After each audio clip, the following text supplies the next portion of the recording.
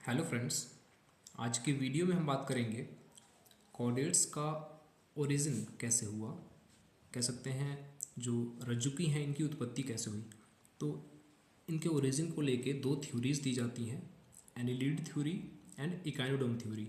आज इन्हीं दोनों थ्योरीज के बारे में बात करेंगे। ये मोस्ट एक्सेप्टेड थ्योरीज हैं, ओके, या मोस्ट पॉपुलर थ्योरी कह सकते हैं आप।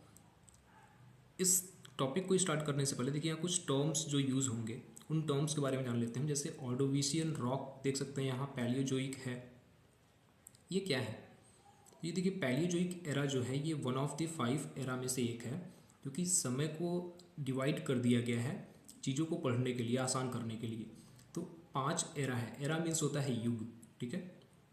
First era Archaeozoic, second era Proterozoic, third Palaeozoic era, fourth Mesozoic era and fifth Cenozoic era.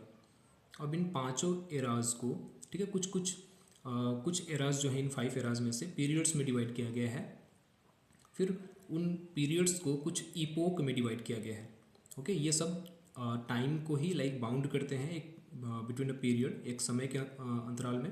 तो ये जो 5 एराज में से पैलियोजोइक एरा है, ये थर्ड एरा है। इस पैलियोजोइक एरा में 7 पीरियड्स हुआ करते थे। फर्स्ट पीरियड जो था Cambrian period, second Ordovician, third Silurian, fourth Devonian, fifth Mississippian, sixth Pennsylvanian and seventh Permian period. तो इस वीडियो में जो हम बात करने जा रहे हैं पैलियोजोइक एरा का सेकेंड पीरियड है ऑर्डोविशियन, ओके। तो ऑर्डोविशियन रॉक्स की बात की गई है यहाँ पे।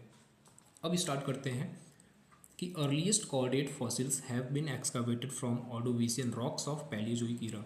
कि जो सबसे पहले, ठीक है, कॉर्डेट का फॉसिल पाया गया वो पैलियोजोइक एरा के दौरान जो ऑर्डोविशियन रॉक्स हुआ करते थे उनमें से अर्लीस्ट फॉसिल जो है वो पाया गया।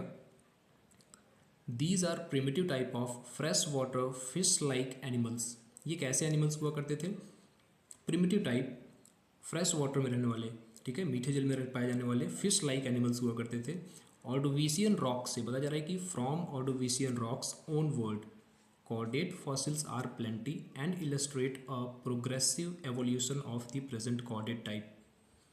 कि ऑर्डोविशियन रॉक्स से आगे की ओर जैसे जैसे पीरियड में हम बढ़ते जाते हैं, ओके, उस फॉर्म में ही कॉर्डेट के फॉसिल्स जो हैं वो अधिक मात्रा में मिलने लगते हैं हमें।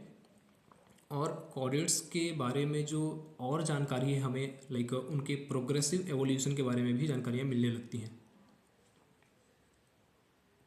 Certain resemblances between lower chordates of today and higher non chordates form the basis of several theories of chordate origin. देखिए बताया जा रहा है कि जो लोअर कॉर्डेट्स हैं, आज के लोअर कॉर्डेट्स और हायर नॉन कॉर्डेट्स, इनके बीच पाई जाने वाली जो कुछ निश्चित समानताएं हैं उसके आधार पे कॉर्डेट के ओरिजिन को लेके कई थ्योरीज दी जा चुकी हैं। उन थ्योरीज में से कुछ जो इम्पॉर्टेंट थ्योरीज हैं जिनको बहुत ज़्यादा मान्यता दी जाती है उन थ्योरीज के बारे में हम बात करेंगे। यहाँ देख सकते हैं दिया हुआ है कि the following 2 of these theories are most important. कि जो थ्योरीज दी गई हैं उसमें से ये गिवन 2 थ्योरीज जो हैं ये बहुत ज़्यादा इंपॉर्टेंट हैं। First annelid theory and second echinoderm theory. देखिए इन थ्योरीज में क्या बताया जाएगा। एनिलीड थ्योरी में ये कोशिश किया जाएगा बताने का कि जो कॉर्डेट हैं उनका ओरिजिन एनिलीड्स से हुआ है, और इकाइनोडर्म में ये बताया जाएगा कि कॉर्डेट्स का ओरिजिन जो है वो इकाइनोडर्म्स से हुआ है। इतनी ही बात को एक्सप्लेन किया जाएगा यहाँ पे। तो स्टार्ट करते हैं हम फर्स्ट एनिलीड थ्योरी से। फर्स्ट एनिलीड थ्योरी क्या कहती है, देखें। Annelids and chordates share a number of common characteristics. Annelid और कॉर्डेट ये कई सारे एक समान जो है गुण साझा करते हैं एक दूसरे से। उदाहरण के तौर पे पहला दिया गया है body is bilateral and metamerically segmented in both.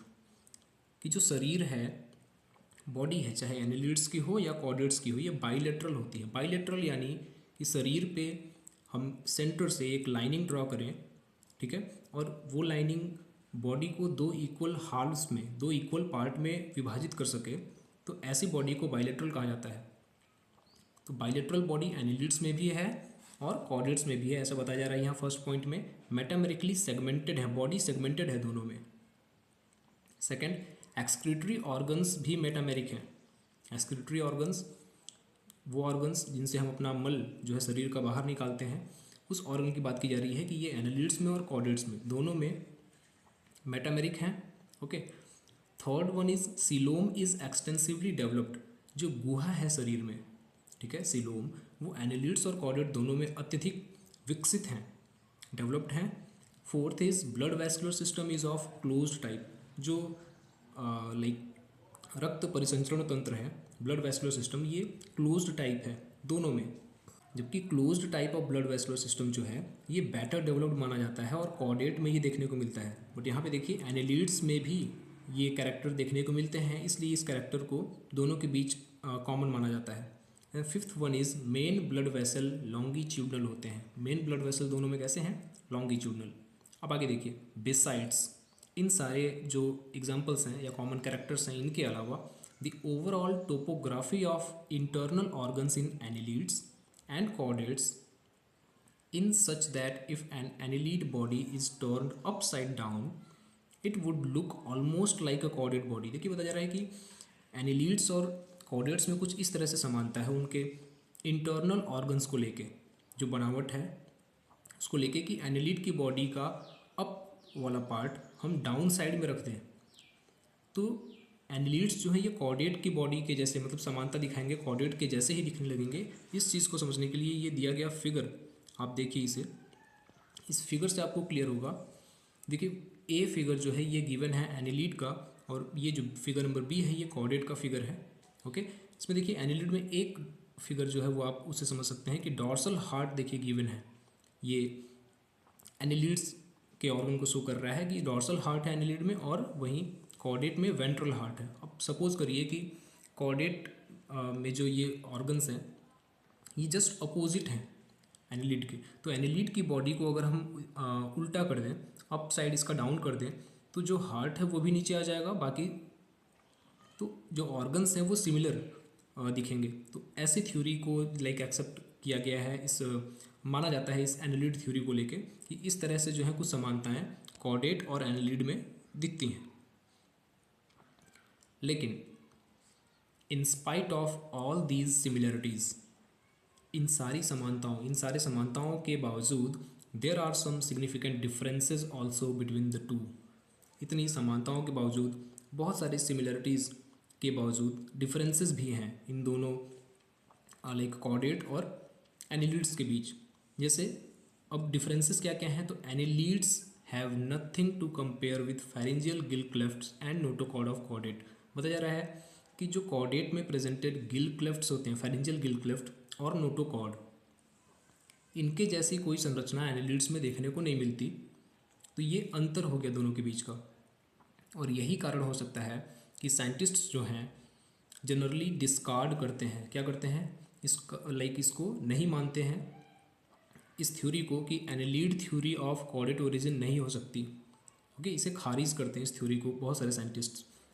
आगे बताया जा रहा है कि the main reason for this is that annelids are protostomes and chordates are deuterostomes. अब ये दो टर्म, इन दोनों टर्म को समझ लीजिए। देखिए प्रोटोस्टोम्स किसे बताया जा रहा है, एनालिड्स को, और कॉर्डेट्स ड्यूट्रोस्टोम्स है। क्या होता है प्रोटोस्टोम? देखिए दोनों वर्ड जो है ग्रीक वर्ड है, जिसमें प्रोटो का मतलब होता है फर्स्ट एंड स्टोम्स मीन्स होता है माउथ। तो एम्ब्रियोनिक डेवलपमेंट के दौरान जो फर्स्ट ओपनिंग, जिसे हम ब्लास्टोपोर भी कहते हैं, अगर उस ब्लास्टोपोर से माउथ डेवलप होता है, ओके, तो उन मेंबर्स को हम प्रोटोस्टोम्स कहते हैं जो एनालिड को बताया जा रहा है।